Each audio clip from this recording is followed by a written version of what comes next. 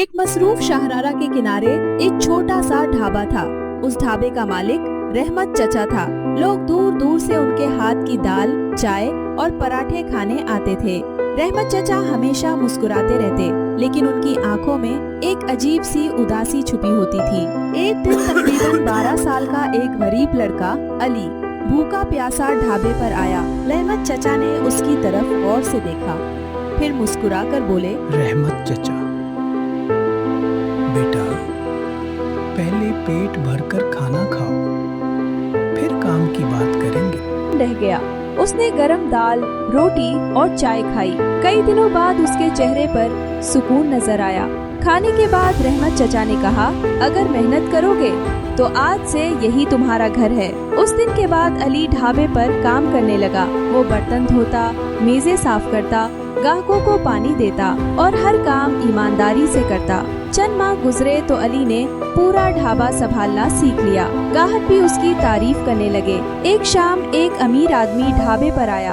खाना खाने के बाद वो जल्दी में अपना ब्रीफ केस भूल गया। रात को सफाई करते हुए अली को वो ब्रीफ केस मिला। उसमें लाखों रुपए और अहम कागजात थे। एक लम्हे के लिए अली को अपनी गुर्बत याद आई, मगर अगले ही लम्हे रहमत चचा की बात याद आई। बेटा, रिस्क हमेशा हलाल होना चाहिए। अगली सुबह वो ब्रीफ केस मालिक को वापस दे आया।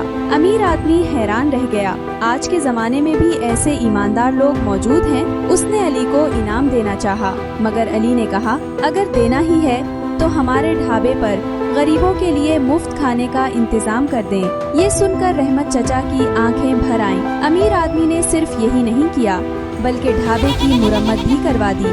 नई कुर्सियाँ, मेजें और बावर्ची खाने का सामान भी दिलवाया। चंद साल बाद रहमत चचा बूढ़े हो गए। उन्होंने अली को अपने पास बुलाया। बेटा, आज से ये ढाबा तुम्हारा है। अली हैरान रह गया। चचा, मैं तो आपका मुलाजिम हूँ। रहमत चचा मुस्कुराए।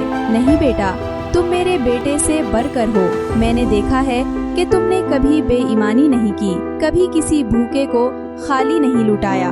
यही इस ढाबे की असल दौलत है। कुछ अरसे बाद रहमत चचा इस दुनिया से रुखसत हो गए। अली रुखसत हो गए। अली ने ढाबे के बाहर एक तख्ती लगवाई जिस पर लिखा था, रहमत ढाबा, यहाँ कोई भूखा वापस नहीं जाता। आज भी इस शाहरा से गुजरने वाला हर मुसाफिर इस ढाबे पर जरूर रुकता है।